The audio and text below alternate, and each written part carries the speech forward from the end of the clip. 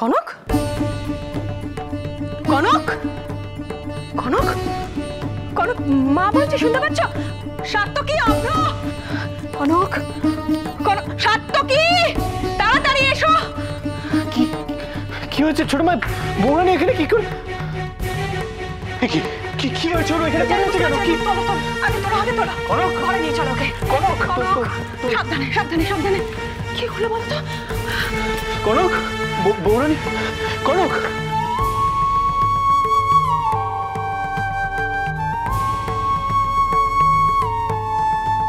আমি বুঝতে পারছি না কনক ওখানে গেল কি করে। ছোট মা, আসলে বৌরানী কাল রাতে আমার ঘরে একবার গিয়েছিল।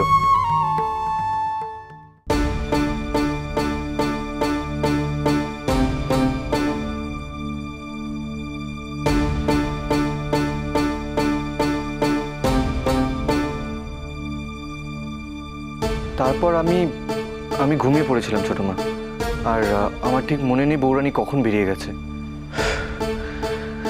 ছোট মা, দেখেছো কখন কখন যে ও নিজেকে নিয়ে একটু ভাববে। সারাক্ষণ খালি বাড়ির কথা, এখন আবার হয়েছে ব্যবসার কথা। প্লিজ তুমি ওকে কিছু একটা বলো। তাই যদি বলো তাহলে তো আমারও তোমাকে কিছু বলার আছে সাত্তকী। কি ছোট মা? কনক রাত্রিবেলা ঘর থেকে বেরোলো আর তারপর সারা রাত ঘরে ঢুকলো না। তুমি একবার খোঁজ নেবে না, ওর খেয়াল করবে না? আসুন আসুন ডাক্তারবাবু, আসুন। সাথে একটু দেখতো, বসার থেকে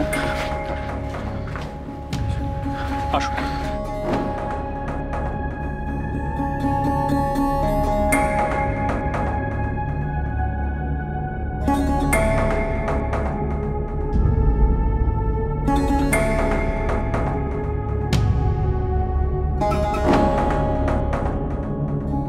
কখন হয়েছে এরকম জানি না, মানে সকালবেলা করিডোরে গিয়েই তো দেখি ও ওরকম ভাবে অজ্ঞান হয়ে পড়ে আছে।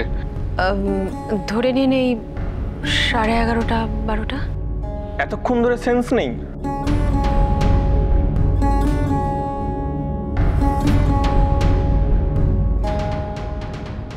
তোমরা সবাই এখানে? ডাক্তারবাবু, মা শুয়ে থাকো। ডাক্তারবাবু এসেছেন? কি হয়েছে আমার? এখন কেমন লাগছে আপনার? ভালো। আচ্ছা, কাল কিভাবে করিডোরে অজ্ঞান হয়ে গেলেন সেটা বলতে পারবেন? ভাইয়ের ঘর থেকে ফিরছিলাম আমি, তারপর মনে পড়ছে না। ভয় পাওয়া কিছু নেই, প্রেশারটা একটু লো আছে, সম্ভবত দুর্বলতা থেকেই এটা হয়েছে। একটু রেস্ট নিলেই আশা করি ঠিক হয়ে যাবে। আচ্ছা, আমি তাহলে আসি এখন। নমস্কার।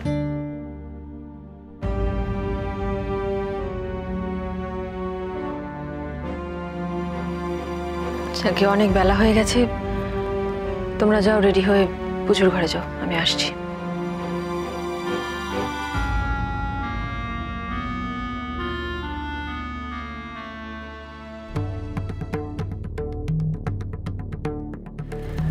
এবার একটা সত্যি কথা বলো তো কনক আমায়, কি হয়েছিল তোমার? মানে তুমি করিডোরে অজ্ঞান হয়ে পড়েছিলে কেন? কি হয়েছিল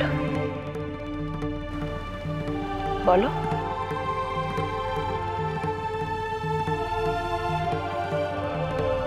আমি বাচ্চাদের ঘুম পাড়িয়ে ফিরছিলাম, তারপর আমার আর কিছু মনে পড়ছে না মা।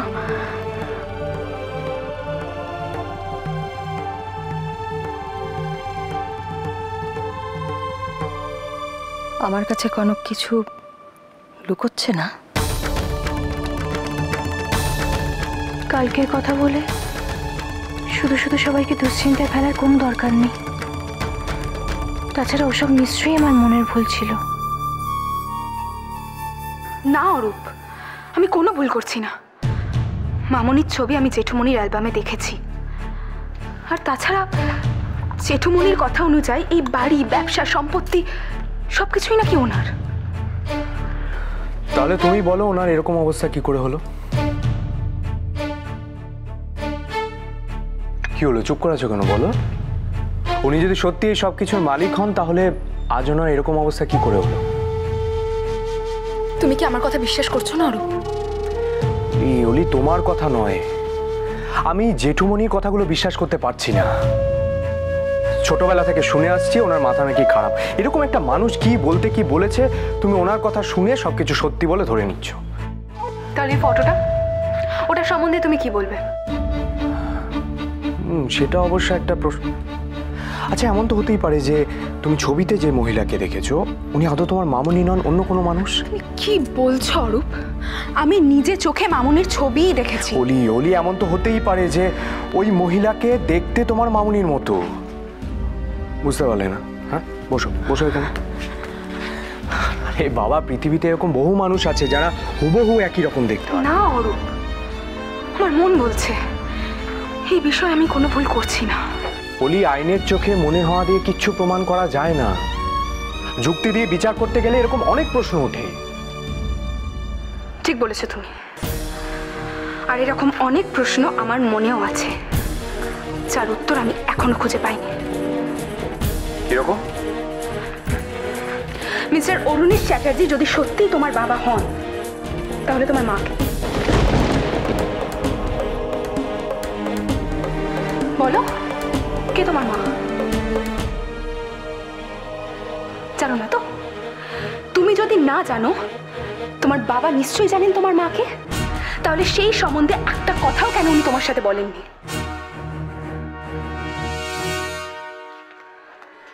তোমার অতীত কি অরূপ? তোমার কোনো ভাই বোন আছে কিনা, থাকলেও তারা কোথায় আছে, সেই সম্বন্ধে কিচ্ছু জানা যায় না। ইনফ্যাক্ট তোমার বাবা অরুণেশ চ্যাটার্জির অতীত সম্বন্ধেও আমরা কেউ কিচ্ছু জানি না। অলি অলি, তুমি কি বলতে চাইছো আমি কিছু বুঝতে পারছি না। আমি জানি না অরূপ, কিন্তু আমার মনে হচ্ছে যে এই সব কিছুর পেছনে কোনো একটা রহস্য লুকিয়ে আছে।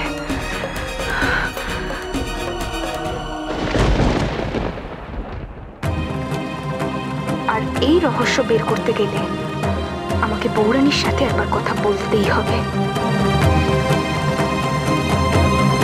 বৌরানী,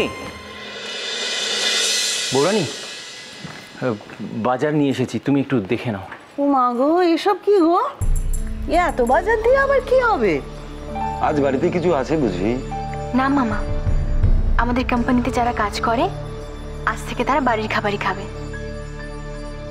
ও মা, সে কি রে কলক? এভাবে তো রাজার গোলাও শেষ হয়ে যাবে রে। এসব তুই আবার কি শুরু করলি? হ্যাঁ, কেন মামি? যারা নিজেদের অক্লান্ত পরিশ্রম দিয়ে আমাদের ভাড়ার ভরিয়ে দিচ্ছে, তারা যদি দুমুঠো খায় তাহলে কতটুকু কম পড়বে? আর সত্যি কথা বলতে কি, ওরাই তো আমাদের বাড়ির লক্ষ্মীকে বেঁধে রেখেছে। কি জানি বাপু, বাপের জন্য তো এসব কখনো দেখিনি। বাইরের লোক বাড়িতে ঢুকে এসে কাজ করছে, সেই না কত, তার উপরে এসব শুরু করেছিস, কে জানে বাবা। এইসব ভাবনার অনেক লোক আছে এই বাড়িতে, তোমাকে না ভাবলেও চলবে। না ভেবে উপায় কি বলো? যে এসব নিয়ে কথা বলতো সেই তো আর নেই কো। কিন্তু সে না থাকলে কি হবে? তার দুটো বাচ্চা তো আছে, তাদের ভবিষ্যৎ নিয়ে তো কাউকে না কাউকে ভাবতে হবে কি নিয়ে।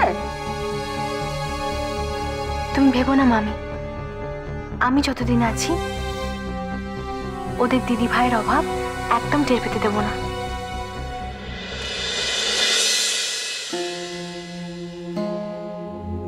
এই তো বাজার সব এসে গেছে দেখছি। হ্যাঁ বৌদি, একটু দেখে নেবেন ঠিক আছে কিনা।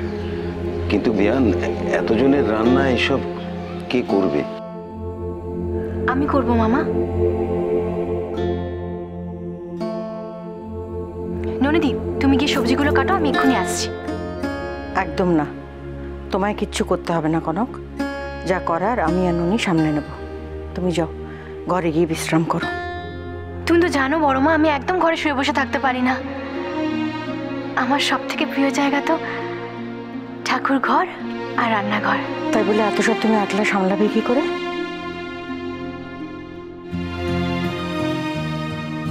না, এতজনের জন্য রান্না হচ্ছে হোক, একজন রান্নার ঠাকুর ডেকে আনলে হতো না? কেন গো, পয়সাটা কি তুমি দেবে গো?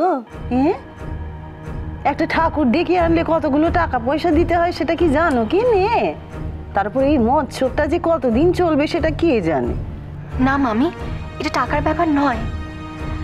দেখো, একদিক থেকে দেখতে গেলে ওরা আমাদের পরিবারের লোক, তাই কি করে ওদের বাইরের ঠাকুরের হাতে রান্না খেতে দিই বলো তো?